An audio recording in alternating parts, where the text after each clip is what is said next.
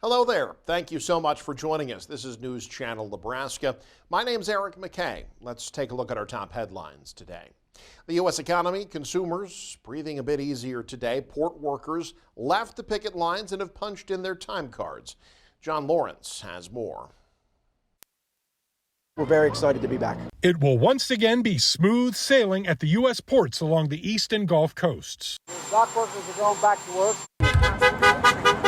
P.O.P. People over profit.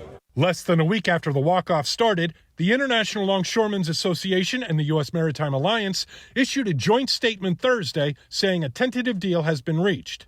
The union agreed to extend its contract with the Maritime Alliance to January 15th after it expired Monday. The agreement includes an annual $4 per hour raise for the 6-year contract.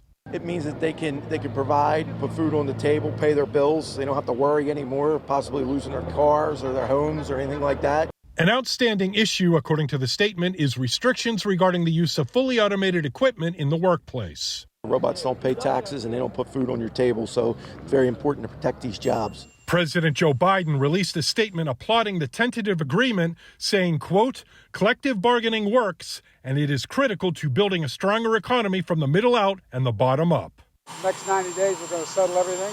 The tentative deal still needs to be completed and ratified by ILA rank-and-file members before it's set in stone. John Lawrence, News Channel, Nebraska. Closer to home, we are just weeks away from the election, and a Nebraska county finds itself without an entire GOP board. Casey Wannenberg has the details from Cherry County. I'm here in Valentine, the county seat of Cherry County, where the entire GOP board has resigned. I talked with a couple of former board members who cite pressure to endorse a political candidate as the reason for their resignation. Former board chair Kathy Morris says the board faced increasing pressure from some Cherry County Central Committee members to endorse 43rd Legislative District Senate candidate Tony Tangwall, who's running against fellow Republican Tanya Storr.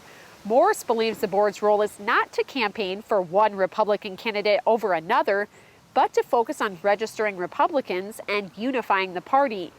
Meanwhile, I talked to former committee member Jim Lamley, who resigned in August, citing, quote, the drama. He says that the committee wasn't pressuring the board, but had simply followed the state constitution by requesting a vote. According to Lamley, the required number of committee members called for a meeting to hold the vote, and a meeting wasn't allowed. We did reach out to Tangwall, who said he sent an email to the board asking to be endorsed, but he didn't pressure anyone. Tangwall says he was told that they wouldn't be taking a vote, so we dropped the issue. Board members I spoke with agreed that the pressure didn't come from Tangwall. So what happens next? Committee member Carolyn Seaman told me that the district chair will soon be calling a meeting of delegates to elect new board members. In Valentine, Casey Wannenberg, News Channel, Nebraska. The University of Nebraska officially moving forward with its search for the next chancellor for the University of Nebraska at Kearney. University President Dr. Jeff Gold reconvened the search committee Thursday. The 17-person committee, chaired by NU's interim executive vice president and provost David Jackson, and includes the chancellors of NU's other campuses.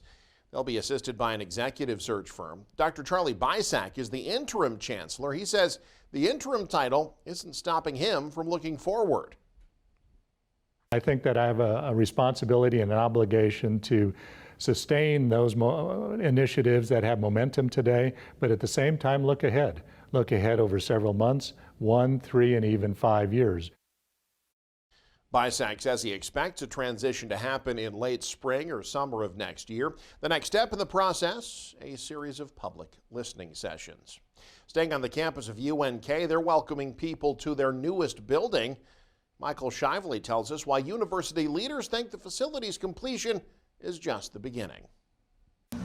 What used to be a cornfield on the west side of Kearney is now transformed into University Village. The cornerstone of the urban village in a rural setting is now open.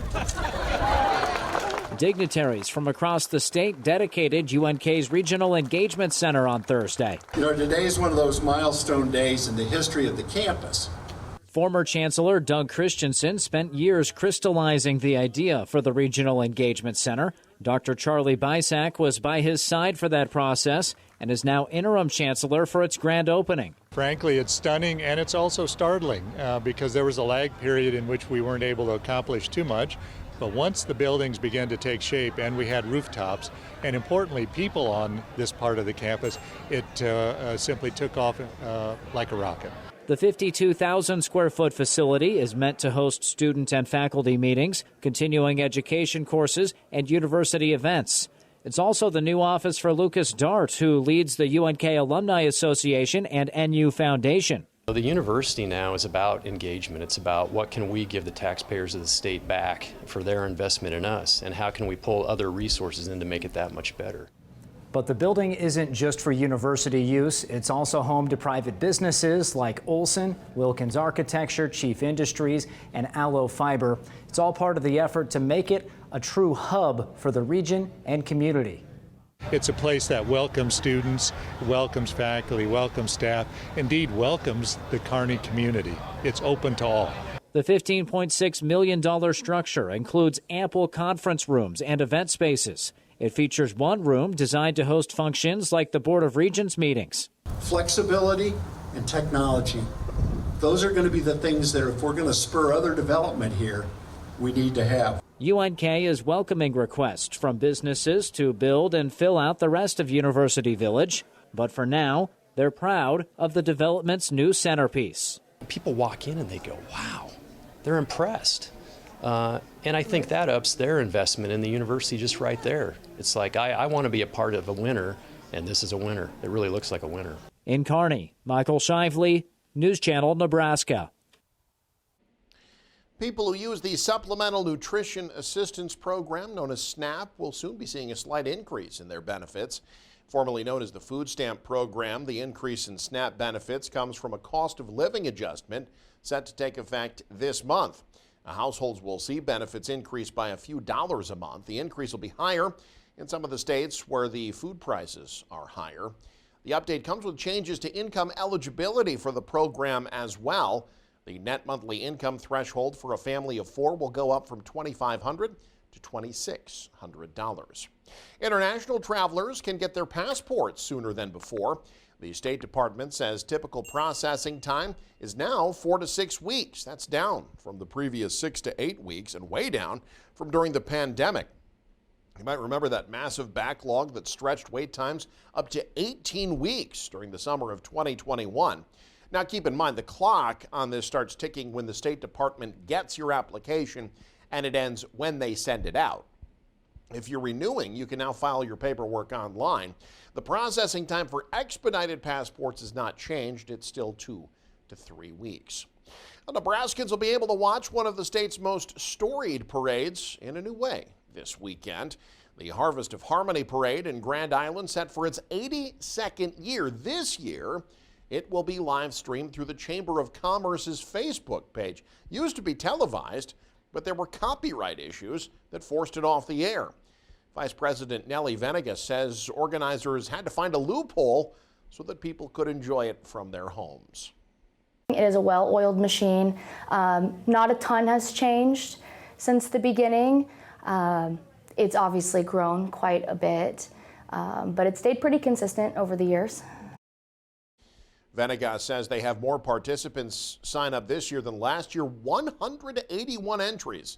This year, the parade starts at 8:15 Saturday morning. Following the parade, the Harvest of Harmony field competition will take place at Grand Island Senior High's Memorial Stadium. And finally, the Northeast Nebraska Motorsports Hall of Fame showing off some of its rides. The committee hosting a special showing of their Hall of Fame racing exhibit at the Elkhorn Valley Museum in Norfolk. This before the Hall of Fame inducts their third Hall of Fame class.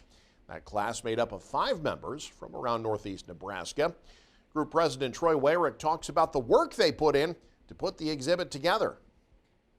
So we were able to, our board kind of went to work and we found kind of some great artifacts that kind of show a lot about the guys already in, and then also just some other area legends in our area. So we're really proud of how it came together, and there's some stuff that's as old as the late 60s all the way through probably maybe 10 years ago or so. Vice President of the organization, Larry Hockemeyer, said the vehicles have gone through quite a bit of restoration over the years. So there's a lot of work that's went into it. And it might be a little bit fancier than it was back in the day, but it's really close. And it's a really neat piece. The newest Hall of Fame class will be inducted October 12th. The exhibit will be at the Elkhorn Valley Museum through the end of the month. And you can stay up to date with the very latest by following us online. Head to newschannelnebraska.com, click on the news tab there. You can also follow us on X, like us on Facebook and Instagram as well. Thanks for joining us. Have a great weekend. You're watching News Channel Nebraska.